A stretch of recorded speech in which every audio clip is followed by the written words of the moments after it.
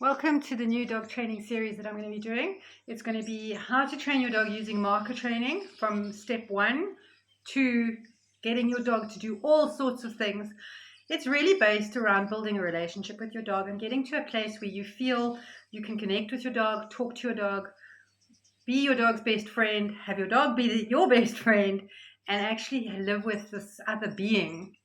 There are so many myths out and about how to train your dogs using things that are not really perfect, and some of them are actually downright cruel. So there are a lot of guys out there doing videos where they look very impressive, there's good music, there's a whole pack of dogs walking next to them, but generally when you look at their methods you can see that they are actually using force methods, they're using punishment based training, and that does get a result. I'm not going to say that it doesn't, but the spill out from that is so enormous that you end up with dogs who are psychologically unbalanced, emotionally deprived, and retaining a whole lot of anger and fear.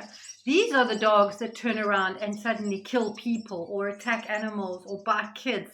These are the dogs that we're seeing all over the world at the moment with this increase in dog bites, that are losing their minds because they've been raised incorrectly. They've been raised based on a premise of domination and pack leadership and force training, which is incredibly negative. Dogs don't live in that kind of situation themselves unless they're under enormous pressure. When dogs are under pressure is when you see them fighting with each other. When they're not under pressure, you see them enjoying each other's company. They're nice to each other.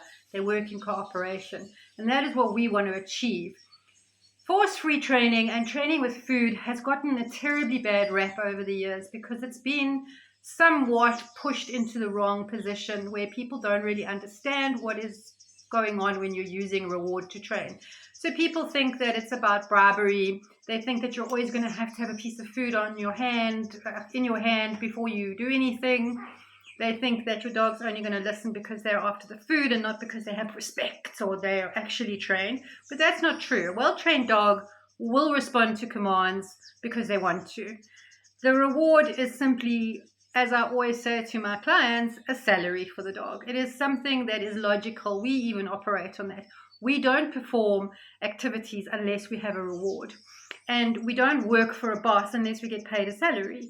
We might work a little while without a salary, but we're not going to work for years without a salary because we'll find somewhere where we're going to get a salary and go and work there. So this journey is going to cover everything based on why we need to train like this, why we need to change the dog training methodology, thinking and thought process, why we need to encourage a deeper connection. And yes, I do believe that dogs are fully functional, sentient beings. I even think they have souls. I do believe in the whole continuum of connection on that level and have a very spiritual approach. So if that's for you, this is going to be a great series to follow. If it's not, you're going to hate every minute. So I'd really like you to subscribe to my channel, like, share, do the things, comment. Maybe ask some questions of things you'd like to know how to handle so we can focus on the areas that people are most interested in. And we're going to cover in the next episode using treats, what kind of treats to use, how to prepare them, how to store them, how to do it cheaply and effectively without harming your dog's health, and what you need to think about when you're selecting treats to train for with, as a reward basis, as opposed to just having a treats system at home where you're just giving your dogs the biscuits every night, and what you should be thinking about when you are preparing for that kind of thing.